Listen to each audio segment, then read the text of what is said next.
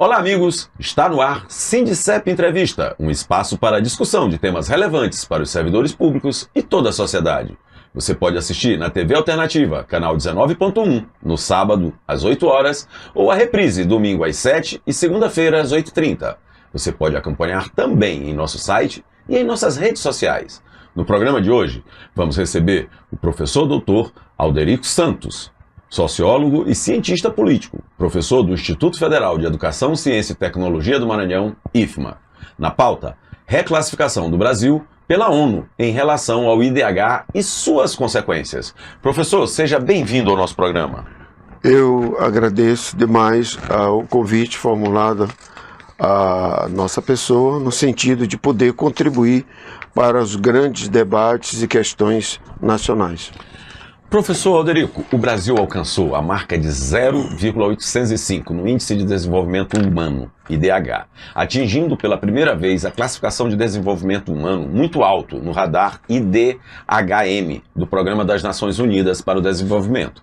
Esse é um fato histórico, principalmente porque no governo anterior teve uma queda. Eu gostaria que o senhor explicasse para nós o que realmente isso representa para os brasileiros e se isso pode trazer novos investimentos ao país. Bom dia, mais uma vez, ao público que nos assiste. Olha, é uma notícia excelente sobre todos os aspectos. Do ponto de vista da nossa pauta de discussão diária, a gente percebe que esse tipo de índice, né, esse DH, ele cala, vamos dizer assim, um discurso, uma falácia, uma narrativa advinda dos grandes conglomerados, principalmente midiáticos, que conspiram contra o governo, que escondem os grandes avanços do governo.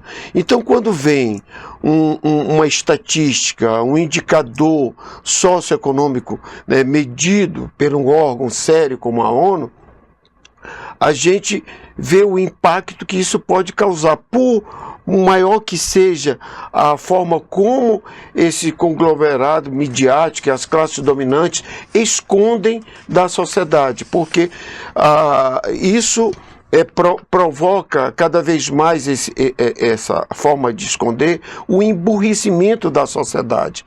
Então, nesse caso, os meios de comunicação, eles são obrigados a dar essa notícia, e por mais que eles queiram esconder, mas isso vai levar as pessoas um pouco esclarecidas, né? Não são as mais esclarecidas, um pouco esclarecida, no sentido de possibilitar uma reflexão sobre o nosso país, sobre nossas questões sociais, e analisar criticamente o que nós estamos, como estamos sendo submetidos aos grandes programas, projetos sociais. Então isso impacta ou retrata na questão da qualidade de vida da população. Significa que a educação melhorou, significa que a questão da moradia melhorou, que a questão da saúde melhorou. Quer dizer, esse índice impacta positivamente em toda a sociedade, abrange o todo da sociedade. Agora, essa notícia, ela importa também em relação aos parceiros mundiais, né? Isso abre espaço para novos investimentos? Isso, sem sombra de dúvida. O Brasil é um país sério, é um país que goza de um certo prestígio internacional, por maior que seja o boicote midiático, né? Agora mesmo a gente tem pessoas da oposição saindo daqui para provocar boicote, né? Conspirando contra o nosso próprio país. Mas, tirando isso, as pessoas sérias, pessoas que trabalham com pesquisa, porque o investidor ele trabalha com pesquisa, esses dados são importantes para o grande investidor, porque ele não vai colocar o dinheiro dele em cima de falácia. ele próprio, o investidor, o grande investidor, as grandes corporações, fazem os seus trabalhos de pesquisa, né, antes de colocar o seu dinheiro lá. Então, um dado desse cria uma motivação para o grande investidor colocar o seu dinheiro lá. E não é à toa que nós temos visto, desde o ano passado, grandes investimentos, inclusive na indústria automobilística no país, né, saindo da Argentina e vindo para o Brasil, várias outras corporações que estão investindo no Brasil, graças exatamente a esses indicadores. E antes deles terem sido noticiados, que essas notícias estão recentes, desde o ano passado, esses grandes investidores já sabiam disso, já tinham notícia que o Brasil estava crescendo, mas só na cabeça do grande reacionário isso não se viabiliza. Agora, isso demonstra também, né, que isso desnuda uma outra falácia, que é a de que a mão de obra brasileira é desqualificada. Porque à medida que você tem uma melhoria de desenvolvimento humano, significa também que você melhorou nesse patamar de instrução, ou não? Melhorou sim, e aí vem a outra questão, né, que é o momento que a gente vive do negacionismo, né? E quando a gente fala de negacionismo, nós estamos falando o quê? Desacreditar a própria ciência, desacreditar aquilo que a gente explica para os alunos, o conceito de que é ciência, né? Aquilo que pode ser comprovado, verificado, demonstrado, né? Experimentado. Então isso é ciência.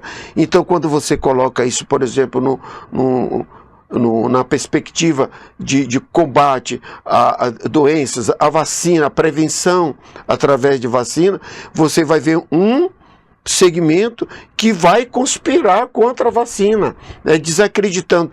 E quando você está desacreditando a eficácia da vacina, você está conspirando contra a ciência. E isso vai se refletir em todos os outros aspectos da sociedade. Professor, um outro dado aqui importante que eu pesquisei, que, por exemplo, em 2002, o Brasil tinha um índice de 0,57. Hoje, 26, temos 0,85, ou seja, um acréscimo de aproximadamente, né, 0,57. Isso é muito, é muito ou pouco, é isso que eu queria que você explicasse pra gente. O que tem aqui diz o seguinte, que a gente tem que lembrar, é uma janela de 20 anos, e 22 anos, né, e que o 0,57 classificava na categoria de desenvolvimento humano médio, e agora é super alto.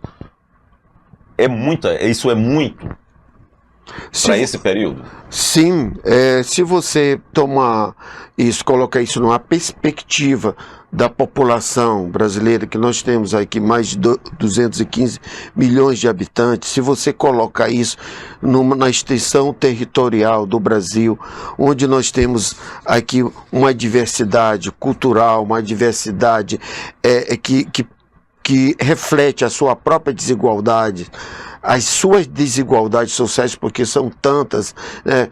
São desigualdade de gênero, desigualdade racial, desigualdade econômica, então são tantas desigualdades, e quando você tem esses dados, que ele contempla todo esse contingente populacional, isso não é pouca coisa, não.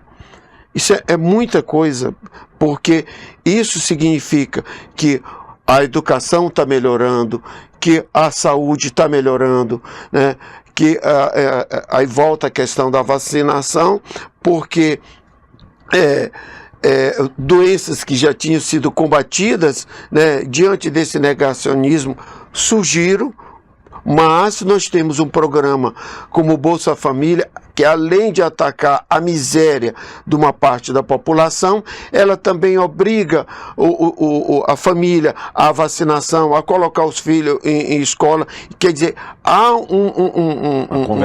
uma convergência, uma abrangência disso muito grande. Então, a coisa não pode ser pensada de uma forma muito simplista, ela é muito mais profunda e a abrangência é muito maior. Nós vamos fazer um pequeno intervalo e já voltamos.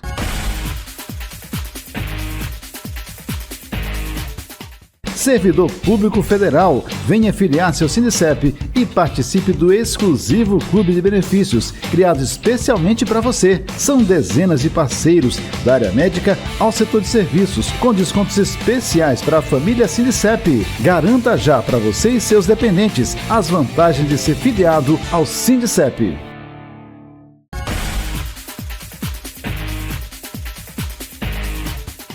Estamos de volta com o sociólogo e cientista político Alderico Santos. Professor, explique para nós como é calculado o IDH, como é feito esse cálculo, o que é levado em consideração? Olha, existe vários mecanismos para avaliar isso, medir isso. Nós temos internamente, por exemplo, o PNAD, temos o IPEA, o Instituto de Pesquisa Econômica Aplicada, nós temos o IBGE, nós temos dentro das universidades vários núcleos que trabalham com pesquisas. Então, todas elas medem estatisticamente esses indicadores sociais, colocando esses indicadores sociais que pega a questão da saúde, pega a questão da educação, analisa a questão, por exemplo, na questão da educação, analisa a frequência escolar, a evasão escolar, a questão da repetência do aluno. Isso tudo é medido estatisticamente. Então aí você tem um indicador na saúde. Bom, no ano passado, quantos alunos foram matriculados, quantos ficaram longe da escola, quantos foram progrediram, como é que está o nível desse aluno, ele tem capacidade de interpretação de texto, como é que está o nível de aprendizado dele. Isso tudo é medido estatisticamente, através de estudo científico.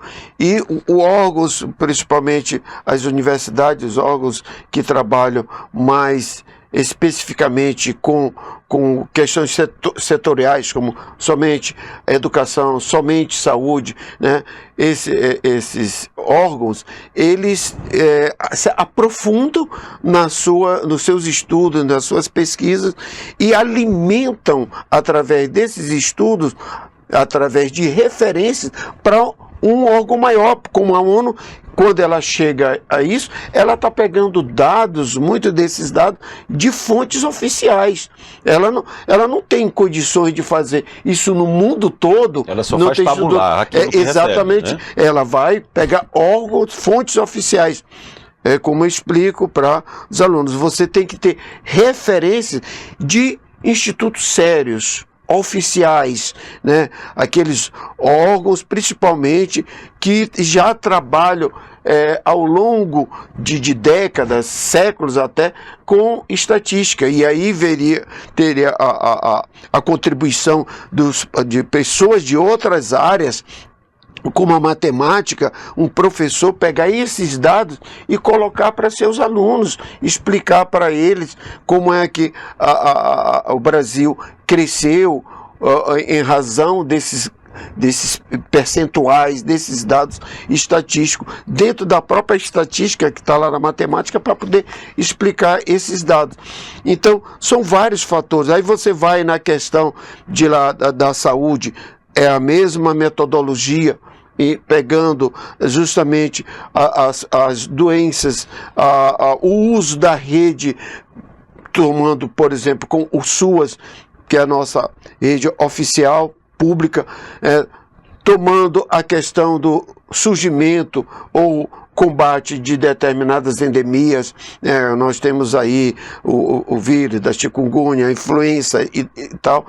Ver como isso está sendo medido, se isso está crescendo, se isso está sendo inibido, combatido. Mas temos instituto, órgãos que medem, já trabalham com isso oficialmente. Os ministérios trabalham, os ministérios da educação, Ministério da Saúde. Então, são órgãos que alimentam justamente a produção maior advinda de lá da ONU, né? Quando ela coloca esses dados para a população. Agora, professor, em relação à melhoria na educação, o incremento das escolas em tempo integral tem uma influência grande nisso?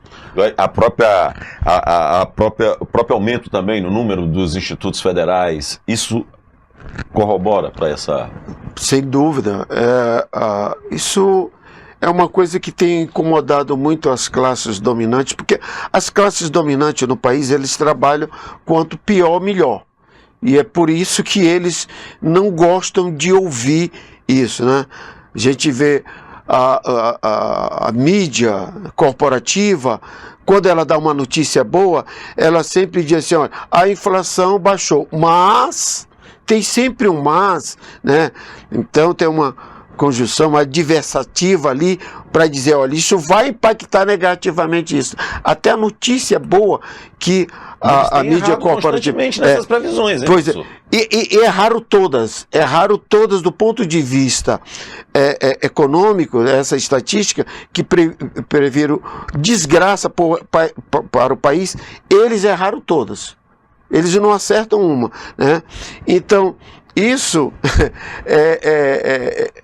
impacta negativamente, né, para essas notícias, cria até um certo terrorismo na população. Olha, é como o Brasil, o governo fosse perdulário, um gastador que está se endividando e vai provocar grandes impactos negativos para a sociedade, para as contas públicas. Quando, na verdade, o que a gente observa que os grandes programas sociais hoje, eles contemplam de forma eficaz, fazendo com que, ou diminuindo que essa miséria seja aos poucos combatida. E o caso da escola que você fala, de tempo integral, que ótimo que a criação, por exemplo, dos institutos federais no Brasil, isso é uma obra, um grande projeto que a gente tem que tributar ao governo do presidente Lula, ao governo petista, que com Dilma também continuou esse programa. Quer dizer, já está desde 2006, são quase 20 anos de criação de institutos no Brasil.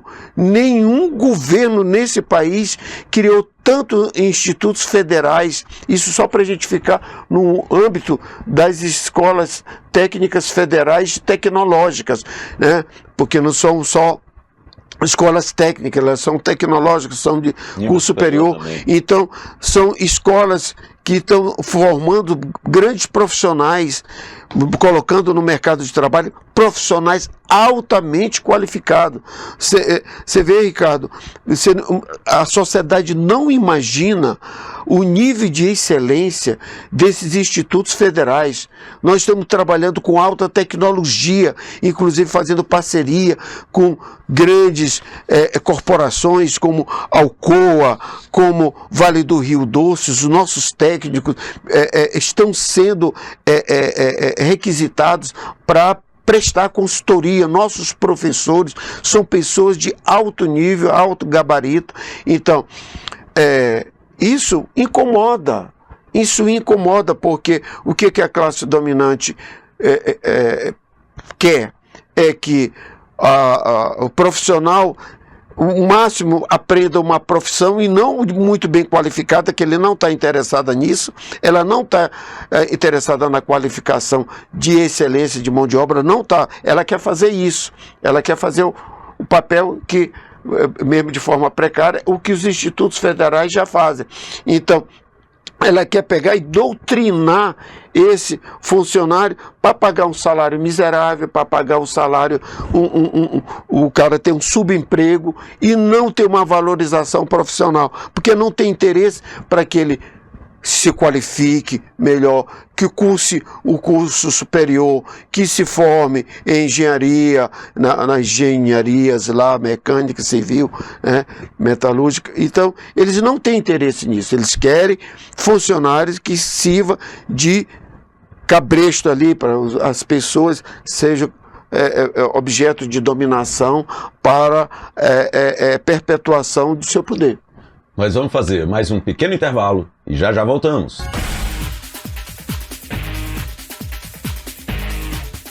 Servidor Público Federal, venha filiar-se ao Sindicep e participe do exclusivo clube de benefícios, criado especialmente para você. São dezenas de parceiros, da área médica ao setor de serviços, com descontos especiais para a família Sindicep. Garanta já para você e seus dependentes as vantagens de ser filiado ao Sindicep.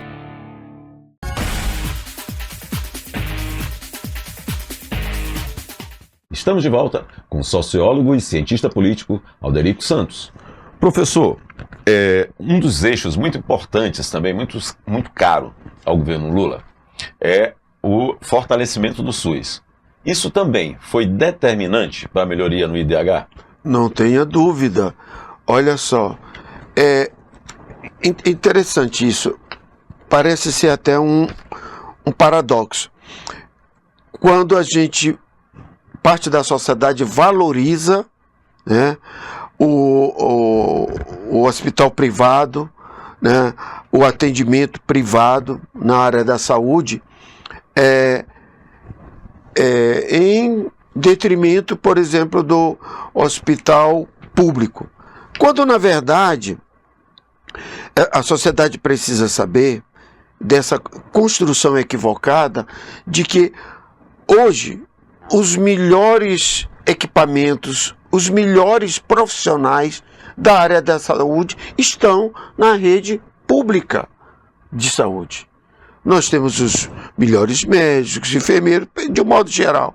E os equipamentos que nem sempre os melhores hospitais privados possuem. E isso é uma outra coisa que incomoda as classes privilegiadas, dominantes do país. Porque toda semana o presidente Lula inaugura uma unidade hospitalar, inaugura com tecnologia, não é só colocar uma sala, né, com camas, com leito, não é isso, são aparelhos, né, instrumentos de alta tecnologia, né, inclusive para acompanhamento, tratamento e prevenção de câncer. Então são coisas assim impactantes também que vai refletir na qualidade de vida da população. Professor, outro eixo muito importante, né, para a definição do IDH é a renda média. E nesse ponto, uma das políticas públicas mais trabalhadas pelos governos de centro-esquerda tem a ver com o programa de transferência de renda, né? Esse resultado mostra que o governo Lula está certo em defender e aprimorar essas políticas públicas? Está certíssimo. Nós temos, isso é histórico, né? Nós temos aí dois grandes problemas nacionais. Os dois grandes problemas nacionais é a má distribuição de renda, né? A concentração de renda e a concentração e má distribuição de terras. Os nossos parlamentares reacionários, a grande maioria, e empresários e fazendeiros, são contra a reforma agrária. Então, esse é um problema que, inclusive, lá derrubou o João Goulart, quando o cara está preocupado em fazer uma reforma agrária no país. Isso sempre soou como para os reacionários, como uma medida comunista, uma medida até autoritária, sei lá o quê. Então, o governo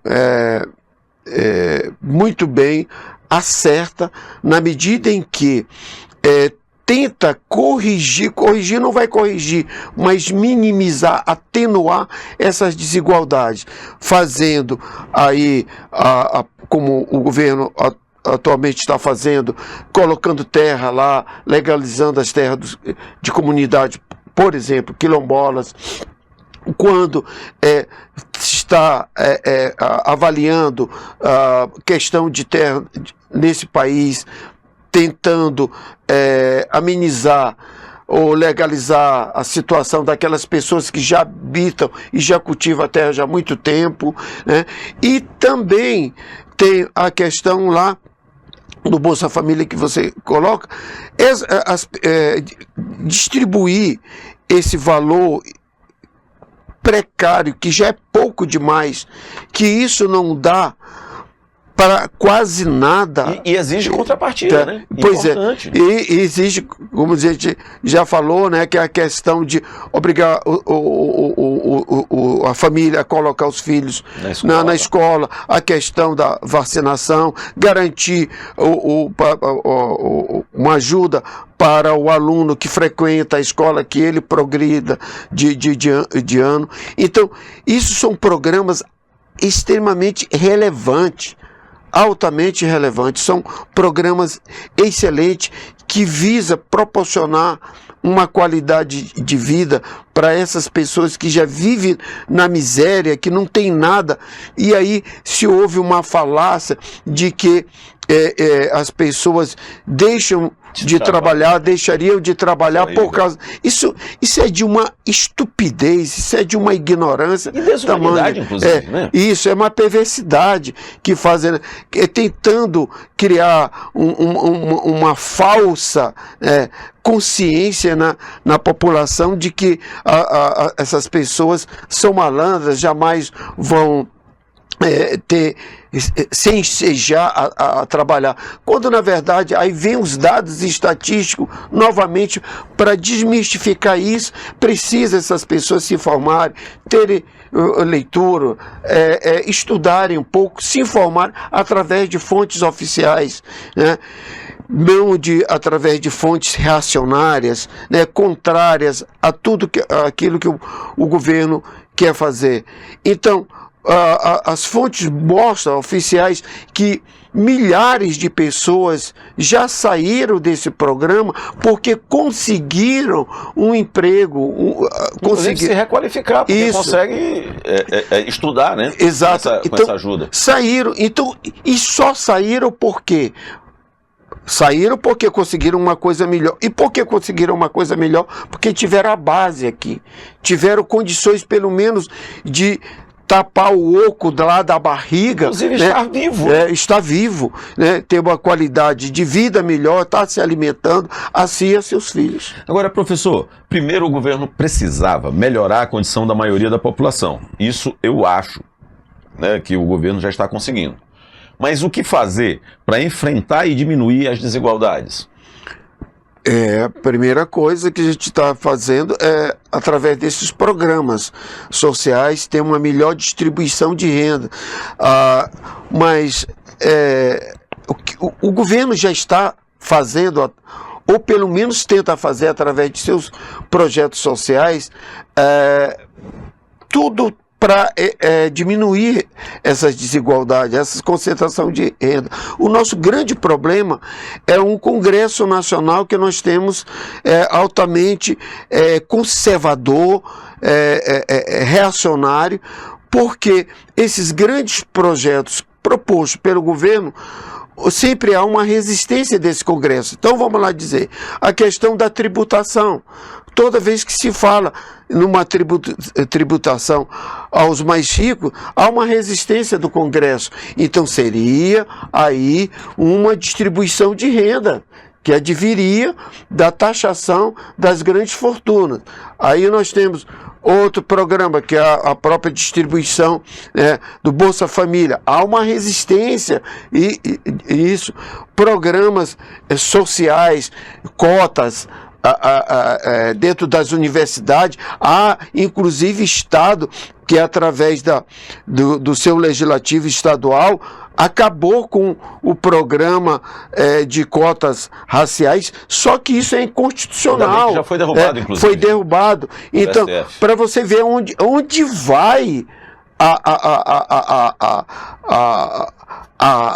ganância, né, essa sanha de parlamentares contrários a programas sociais, porque se historicamente essa desigualdade, ela foi pensada, ela foi trabalhada para ser assim, é um projeto político das grandes classes sociais no país, das classes dominantes.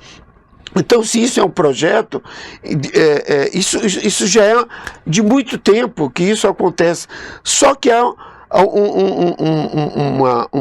uma resistência dessas próprias classes dominantes de não querer que haja avanço dentro da sociedade. A grande dificuldade do Brasil está na resistência dessa elite conservadora e perversa que tem no nosso país. Esse que é o nosso problema. Professor Alderico, infelizmente nosso programa está chegando ao fim. Queremos agradecer a sua presença, obrigado pelas explicações. Deixe uma mensagem agora para nossa audiência. Eu que agradeço mais uma vez, nobre jornalista Ricardo. É sempre salutar a gente discutir aqui, através desse grande programa, dessa grande proposta de esclarecer a sociedade, através de grandes temas nacionais, para que a nossa sociedade, o nosso telespectador se informe através de fontes oficiais, de fontes sérias como esse programa, para poder elaborar um melhor juízo sobre a sua realidade social. Queremos agradecer também a companhia de quem nos assiste. Esperamos todos para a próxima edição do Sindicep Entrevista. Até lá!